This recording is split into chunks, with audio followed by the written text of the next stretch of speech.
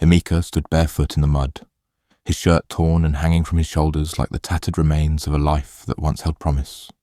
He laughed, not the laughter of joy, but something wild and reckless that sent shivers through anyone who heard it. He screamed into the storm, his voice cracking with a madness that seemed to come from somewhere deep and unreachable. "Mama ate the pie! I'm rich! Look at my gold!" His hands clawed at the air, grasping at invisible treasures only he could see. People pulled their children away from him, whispering urgently to one another. "A first-class boy," one woman murmured, shaking her head with a mixture of pity and fear. This was not where his story began, but it was most certainly where it died. 3 years earlier, everything had been different. Emeka had walked through the University of Benin campus with his books tucked carefully under his arm, his head held high with the quiet confidence of a young man who believed education would be his escape from poverty.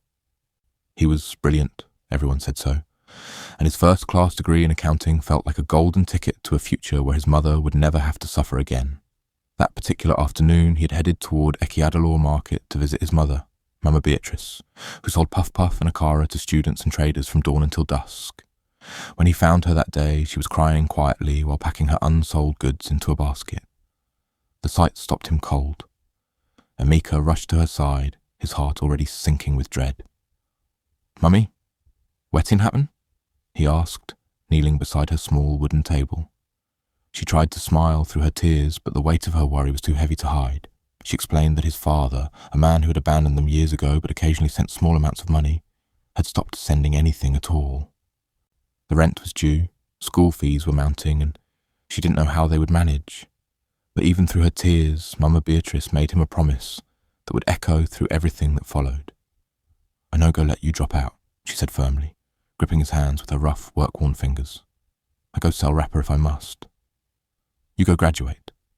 Emeka knelt there in the market dirt, holding his mother's hands, and something fierce and desperate took root in his heart. He made a vow that he believed with every fibre of his being. "I go build you house for GRA," he told her, his voice shaking with emotion. "You go enjoy. I swear I am." Mama Beatrice laughed through her tears, a sound caught between hope and disbelief. "You too, big mouth," she teased, but there was love in her eyes. And pride, too. That night, she cooked his favourite meal, pounded yam with a goosey soup thick with crayfish and stockfish, and fried plantain so sweet it melted on the tongue. She prayed over the food before they ate, asking God to shield her son from evil, to guide his steps, to keep him safe from the traps that caught so many young men in this city. She didn't know that even as she prayed, something dark was already stepping close, circling their small life like a predator, waiting for the perfect moment to strike.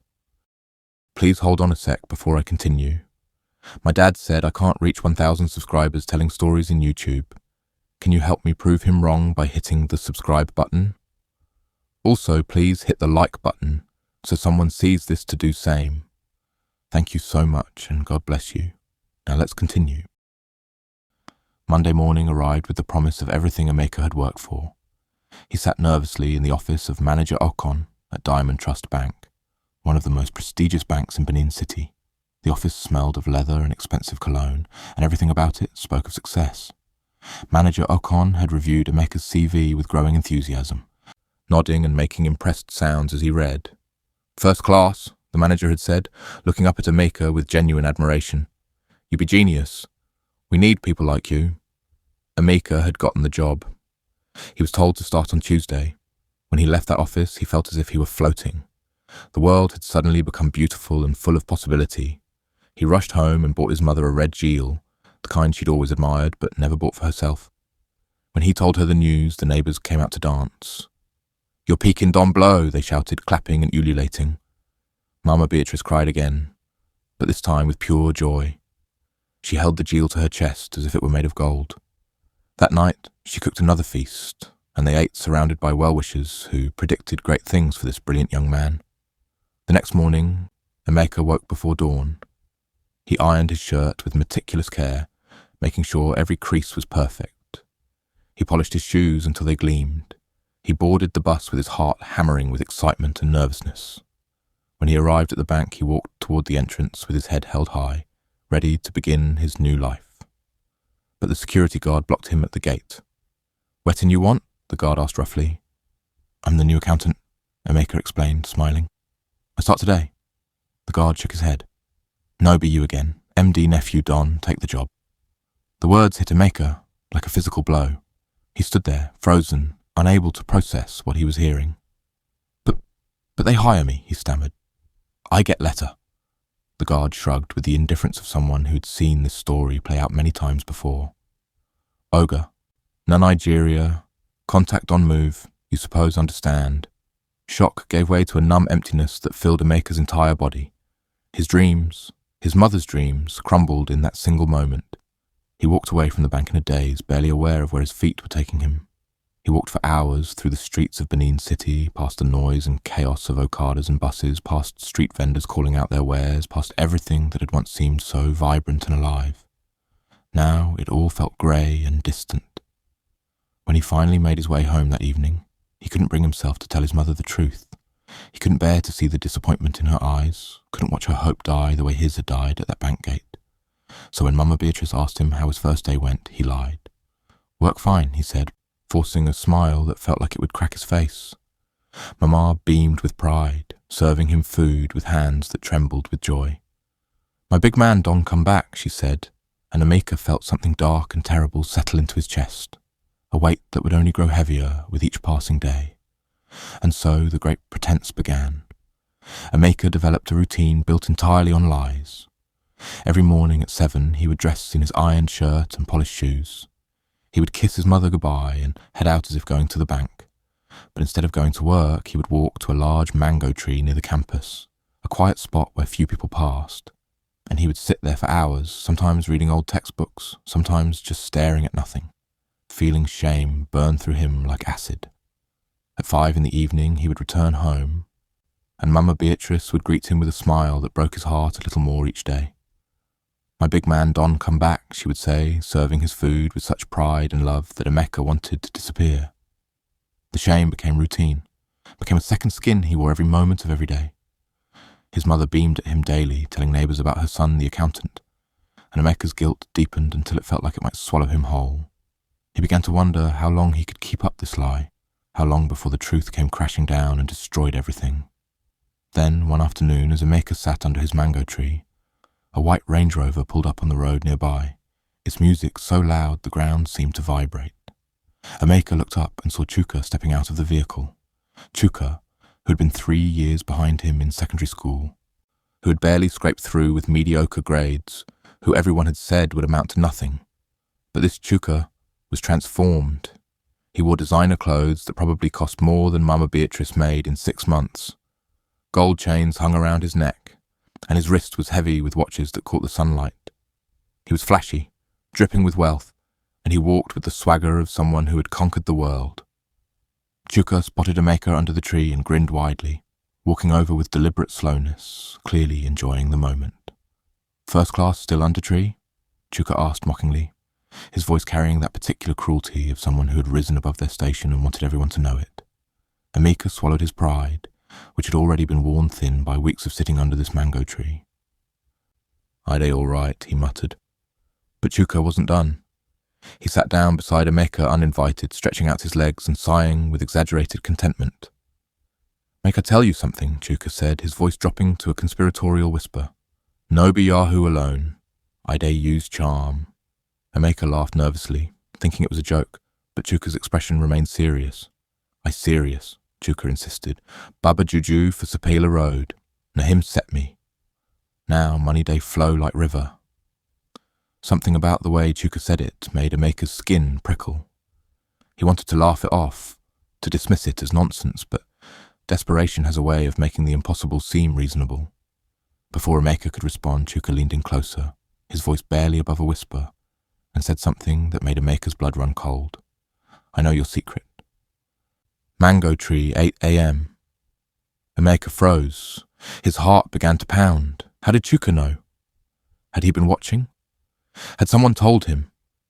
The paranoia that took root in that moment would grow into something much darker, something that would foreshadow the madness to come. That night, Emeka couldn't sleep. He dreamed of his mother calling to him from under the mango tree, her voice echoing strangely, and when he ran to her, she turned to face him with eyes that weren't her own. The next day, Chuka's white Range Rover was waiting for Emeka under the mango tree. Come, Chuka said simply. Make I show you. Emeka knew he should refuse. Every instinct told him to walk away. But desperation is a powerful thing, and the weight of his lies had become unbearable. He got into the car. They drove down Sapil Road, past Okadas weaving dangerously through traffic, past pastors with loudspeakers proclaiming salvation, past smoky suya stands where meat sizzled over open flames. The city gradually gave way to rougher roads and darker corners until they reached a shack that seemed to crouch in the shadows like something alive and waiting. Baba Juju sat inside on a goatskin, his eyes burning with an intensity that seemed to see straight through flesh and bone into the deepest parts of a person's soul. The air around him smelled of herbs and smoke and something older, something that made Emeka want to run. But he didn't run. Baba Juju gestured for Emeka to sit, and without a word he cast cowries onto the ground between them. He studied the patterns for a long moment, then spoke in a voice that seemed to come from somewhere deep beneath the earth. Your heart want wealth, Baba Juju said. Your blood go pay. Before Emeka could fully process those words, Baba Juju grabbed his hand and sliced his palm. With a blade so sharp, Emeka barely felt it. Blood dripped into a clay bowl, mixing with something dark and viscous that burned like fire when Baba Juju rubbed it into the wound. The herbalist then pulled out a meat pie, perfectly golden and still steaming, wrapped carefully in a red cloth, and placed it in Emeka's trembling hands. Give this to who you love most before cock crow, Baba Juju said, his eyes boring into Emeka's. If dem eat, wealth beyond your dreams. If dem no eat, your mind goes scatter. The prophecy hung in the air like a curse, chilling everything it touched. Emeka stared at the pie in his hands, his mind reeling. He wanted to drop it, to throw it away and run from this place, but Chuka was watching him with an expression that was both encouraging and predatory. Emeka's hands closed around the pie, and with that gesture his fate was sealed. He took the meat pie and he left that dark shack carrying death wrapped in red cloth. Emeka sprinted home as the sun began to set, his heart pounding with a mixture of fear and terrible determination. When he burst through the door of their small flat, Mama Beatrice was kneading dough for the next day's puff-puff, singing softly to herself, one of those old hymns she'd learned as a girl. The sight of her, so peaceful and unaware, nearly broke him. He forced a smile onto his face and held up the pie. Mummy, I buy something, he said, trying to keep his voice light. Mama Beatrice looked up and her face lit up with delight. She wiped her flour-covered hands on her wrapper and took the pie from him, kissing it lovingly as if it were a precious gift. My son too good to me, she said, her eyes shining with affection. She called out to Emeka's younger brother, Chinedu, who was in the other room. Chinedu, you never chopped today, come. Chinedu came running, his eyes immediately fixing on the meat pie with the hunger of a growing teenager. He reached for it, and in that moment, something snapped in Emeka. He lunged forward and tackled his brother violently, snatching the pie away with such force that both of them crashed to the floor. Mama Beatrice screamed. For the first time in Emeka's entire life, his mother slapped him hard across the face, the sound cracking through the room like thunder. Wetin do you? She demanded, her voice shaking with shock and anger. Chinedu was crying and Mama Beatrice pulled him close protectively. Emeka scrambled to his feet, clutching the pie, his mind racing for an explanation. It expire, he blurted out. The pie don expire. I no want make Chinedu sick. Mama Beatrice frowned, confusion replacing anger. She took the pie from him carefully and examined it, sniffing it. You still look fresh, she said suspiciously. No worry, Emeka said quickly. I go eat ham tomorrow after I check am well. Mama Beatrice, still frowning, placed the pie on the table. Okay, she said slowly.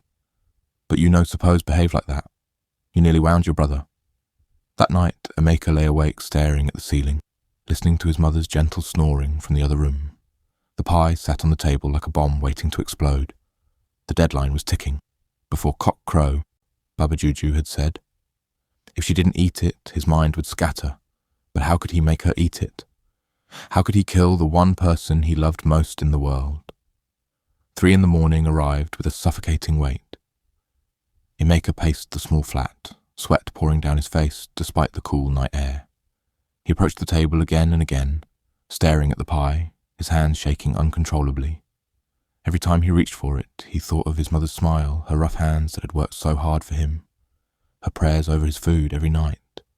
He thought of how she had promised to sell her wrapper to keep him in school. He thought of how she had kissed that cursed pie with such love. He stared at his sleeping mother, watching her chest rise and fall with her breathing, listening to her soft snores. She looked so peaceful, so trusting. The thought of what he was about to do made him want to vomit, but the fear of madness, the terror of losing his mind completely, pushed him forward like hands on his back. He approached the table and grabbed the pie, his entire body trembling. At that exact moment, Mama Beatrice woke up. "You never sleep?" she asked, her voice thick with sleep. Emeka nearly dropped the pie. "I day fast," he lied quickly. "Just praying." Mama Beatrice smiled sleepily and nodded, already drifting back to sleep. "That one good. God go bless you." She turned over and, within moments, was snoring softly again. Emeka sat down in the darkness, the pie in his hands, his mind screaming at him to stop, to destroy it, to save his mother. But the fear of Baba Juju's prophecy gripped him like iron chains. Outside, he could hear the distant sounds of the city beginning to wake. A dog barking, a car engine, the first stirrings of dawn. Cock crow was coming. By 5 a.m, Emeka had made his decision. With hands that felt disconnected from his body, he crumbled the meat pie into his mother's morning tea, the tea she drank every single morning without fail. He stirred it carefully, watching the pieces dissolve into the dark liquid. When Mama Beatrice woke at her usual time, she went through her morning routine. Prayers, washing her face, preparing for the day. She picked up her tea and took a sip. She frowned. "This tea tastes somehow," she said, looking at the cup with confusion. Emeka's heart stopped. "Maybe the new sugar," he said quickly. Mama Beatrice shrugged and took another sip. "You go better," she said, and she drank the rest. Outside, a rooster crowed, its call piercing the morning air. The cock crowed, and with that sound, something inside Emeka broke completely and irreversibly. He began to laugh, a wild, hysterical sound that seemed to come from someone else entirely. Mama Beatrice looked at him with alarm. "Emeka, wetting, do you?" she asked, but her voice seemed to come from very far away. Emeka stared at the walls of their small flat, and they began to move, to breathe. He saw patterns in them, patterns that looked like money, like gold, like percentages and bank accounts. He began muttering numbers, calculations that made no sense, percentages that added up to nothing. His eyes, which had once been so clear and focused, glazed over with something that wasn't quite human anymore. By afternoon, the transformation was complete. Emeka grabbed a piece of charcoal and began drawing on the floor, drawing his mother's face with shaking hands, surrounded by symbols and numbers that meant nothing to anyone but him. He laughed while he drew, tears streaming down his face. "Mama ate the pie," he whispered. "I'm rich now. Rich. Rich." Mama Beatrice tried to hold him, to calm him, but he pushed her away with strength he didn't know he had. By evening, he ran into the streets barefoot, his shirt hanging off him, screaming about gold that only he could see. He returned to the mango tree, that place of shame that had started everything, and he clawed at the dirt beneath it, digging frantically. "Money!" he screamed. "Gold! I can see it! It's here!" People gathered to watch, some laughing, some pitying, all keeping their distance. The first-class boy had scattered, just as everyone had predicted would happen to someone eventually. The spirits had taken him, they said. The pressure had been too much. They didn't know the truth, that he had sacrificed his own soul trying to sacrifice his mother's life. But the story didn't end with Emeka's madness. There was still Mama Beatrice, and her story was perhaps even more heartbreaking than her son's. She never stopped loving him. She never stopped believing that somewhere inside that broken shell of a man, her brilliant boy still existed. Every morning at 5, Mama Beatrice still woke and set a plate for Emeka, even though he hadn't come home in weeks. She would place rice and stew on the table, sometimes with fried plantain, and she would pray over it as if he was sitting right there across from her. She washed his certificate, that first-class degree that had once held so much promise, gently with a damp cloth, making sure no dust settled on it. She hung it higher on the wall where it would catch the morning light. Every evening, as the sun began to set, she would walk to the mango tree. Sometimes she would find Emeka there, far away but visible, laughing at things that weren't there, having conversations with people who didn't exist. She never approached him. The neighbours had warned her that he became violent sometimes, that it wasn't safe. But she would stand at a distance and watch. One evening, as rain began to fall softly, she stood at the edge of the market watching her son dig frantically in the mud, and she whispered a prayer into the storm. "Ogosa," she said, calling on the name of God in her native Edo, "bring my son back. even if no ghost. She smiled through her tears because somewhere deep in her heart, Mama Beatrice knew a truth she could barely admit to herself. The boy she had given birth to, the boy who had knelt in the market and promised to build her a house, the boy who had held her rough hands and vowed to make her proud, the boy who had eaten her pounded yam and listened to her prayers, that boy had died the day he tried to kill her. The madman in the road, the one who clawed at invisible gold and screamed about wealth that would never come, he was all that was left. And yet, she still set his plate every morning. She still washed his certificate. She still walked to the mango tree. Because some loves don't die, even when the person they're meant for does. Some loves persist through madness and betrayal and unforgivable sins. Some mothers continue to hope even when hope is the cruelest thing they could hold on to.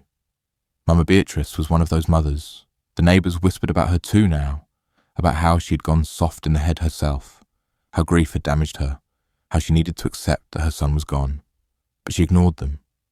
She knew what they didn't, that as long as she kept setting that plate, as long as she kept washing that certificate, as long as she kept walking to that mango tree, her son wasn't completely lost.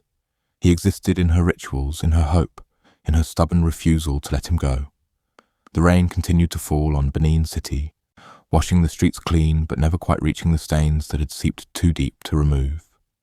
Emeka remained at his mango tree, sometimes visible, sometimes disappearing for days into parts of the city no one wanted to look at too closely. The wealth he had been promised never came. The sacrifice had been accepted, but the reward had been a lie. Or perhaps the reward was the madness itself, the final price paid not just by Emeka, but by his mother who had to watch it happen. Who do you blame the most? Emeka, Chuka, or fate? Your answer says a lot about you. Drop it in the comments. Years would pass, though time moved strangely now in the broken space between what had been and what would never be. Mama Beatrice grew older, her hands more weathered from her work, her back more bent from the weight of a grief that had no end. But still, every morning she set that plate. Still, every evening she walked to that tree. The market women had long stopped asking her about Emeka. They had learned that some wounds couldn't be spoken about, that some losses existed beyond the reach of sympathy or advice. They simply made sure she wasn't alone, that someone always walked her home when darkness fell, that she had enough to eat even when her own appetite had withered away to almost nothing. Chuka, the architect of so much destruction, had disappeared as well, though his disappearance was different from Emeka's. Some said he had moved to Lagos, that his wealth had eventually attracted the wrong kind of attention, that the same charms that had lifted him up had eventually pulled him down. Others said he had gone mad too, that Baba Juju's gifts always came with expiration dates written in blood. No one knew for certain, and in truth, no one cared enough to find out. He had become just another cautionary tale, another name whispered when young people talked about getting rich quick, another example of how darkness never gave anything without taking everything. The mango tree stood where it always had, offering shade to those who needed it, bearing witness to the intersection of ambition and desperation that had destroyed one young man's life. Students still sat beneath it, reading their books and dreaming their dreams, unaware of the tragedy that had unfolded in that very spot, unaware that sometimes the ground they sat on was still damp from Emeka's mad digging, still marked with the symbols he scratched into the dirt with broken fingers. The flat where Mama Beatrice lived, where she had once cooked pounded yam and prayed over her son's food, had become a shrine to possibility that never materialized. The certificate still hung on the wall, but it was surrounded now by other things. A photo of Emeka in his graduation gown, his smile so bright it seemed impossible that darkness had ever touched him. A red jewel, faded now, but still carefully preserved. A pair of polished shoes that had been meant for work that never came. A worn copy of his CV that manager Okon had once praised. These objects told a story of hope, of dreams that had been reasonable and good, of a mother's love and a son's ambition. They told a story that should have ended differently. In the moments when Mama Beatrice's mind was clear, when the weight of what had happened didn't crush her quite so completely, she would sometimes allow herself to remember the good times. She would remember Emeka as a small boy running to her after school with stories about what he had learned that day. She would remember the pride in his voice when he told her he had placed first in his class, again and again. She would remember the way he used to help her pack her goods at the end of the market day, his small hands careful with the unsold puff-puff, his voice chattering about his plans to become an accountant, to work in a big bank. To make her proud. Those memories lived alongside the other memories now, the terrible ones, the ones she couldn't escape even in sleep. The memory of how her tea had tasted strange that morning. The memory of how Emeka had laughed so strangely afterward. The memory of when she finally understood what he had done, when the neighbours told her about Baba Juju and Chuka and the Meatpie, when the pieces came together into a picture so horrifying she couldn't breathe for days. She had understood then that her son had tried to kill her, that he had crumbled death into her morning tea, that his love for her had been real, but his desperation had been stronger, and somehow, impossibly, that knowledge hadn't killed her love for him. It had changed it, certainly, had made it something more complicated and painful than mother's love should ever have to be, but it hadn't destroyed it. She wondered sometimes if that made her foolish, if other mothers would have turned away, would have saved themselves from this endless grief. But she couldn't imagine being any other way. He was her son. He would always be her son, even now, even like this. The city continued around them, indifferent to their suffering. Benin City, with its dreams and its dangers, its beauty and its darkness, its endless cycle of young people striving for something better and sometimes losing themselves in the process. The churches still proclaimed salvation on every corner. The herbalists still offered solutions to problems that seemed unsolvable. The bank where Emeka never worked still stood on its clean street, hiring and firing, opening accounts and closing them, existing in a world of numbers and rules that had no space for the complicated reality of a brilliant young man whose only real mistake was believing he could love his mother and betray her at the same time. Sometimes, in the rainy season when storms rolled in from the south, Mama Beatrice would stand at her window and watch the lightning crack open the sky. She would think about that night. The night Emeka had run into the streets screaming, the night the storm had seemed to celebrate his destruction.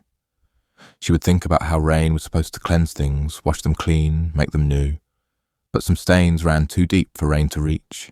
Some brokenness couldn't be fixed by weather or time or even love. On those nights, she would whisper the same prayer she had whispered 1,000 times before. Ogosa, bring my son back, even if in a ghost. She knew by now that her prayer wouldn't be answered. Not in the way she wanted, not in any way that would return things to how they were. But she prayed it anyway, because what else could she do? What else was there but to keep hoping, keep loving, keep setting that plate every morning as if any day now her son might walk through the door with that beautiful smile and say he was sorry, say he had found his way back, say that everything could be fixed. She knew it was impossible, but she did it anyway, because she was his mother. And mothers don't stop. They never stop. The meat pie that broke a mother's heart wasn't just about a poisoned gift or a terrible choice made in desperation. It was about how poverty can push people to places they never imagined going. It was about how the pressure to succeed, to provide, to fulfill promises made with the best intentions can twist into something monstrous. It was about how sometimes the people who love us most are the ones who end up bearing the weight of our failures, carrying our shame, paying the price for our desperate choices. And it was about how even when everything falls apart, even when the person you love does the unforgivable, even when the world says to let go and move on, sometimes love persists anyway, stubborn and painful and ultimately pointless, but real nonetheless. Mama Beatrice still wakes at 5 in the morning. She still sets a plate for Emeka. She still walks to the mango tree, and Emeka still claws at the mud, counting money that isn't there, laughing at wealth that never came, living in a madness that replaced the brilliant mind that once held so much promise. The story has no redemption, no lesson that makes the suffering worthwhile, no moment when the clouds part and everything makes sense. It is simply what happened, the way so many stories happen in cities like Benin, in countries where systems fail and young people are left to navigate impossible choices with insufficient tools. It is the story of two people who loved each other, and how that love wasn't enough to save either of them from the darkness that had been circling all along. Tell us in the comments, do you think Mama Beatrice should forgive him, or let the memory of who he used to be enough? Your voice matters here.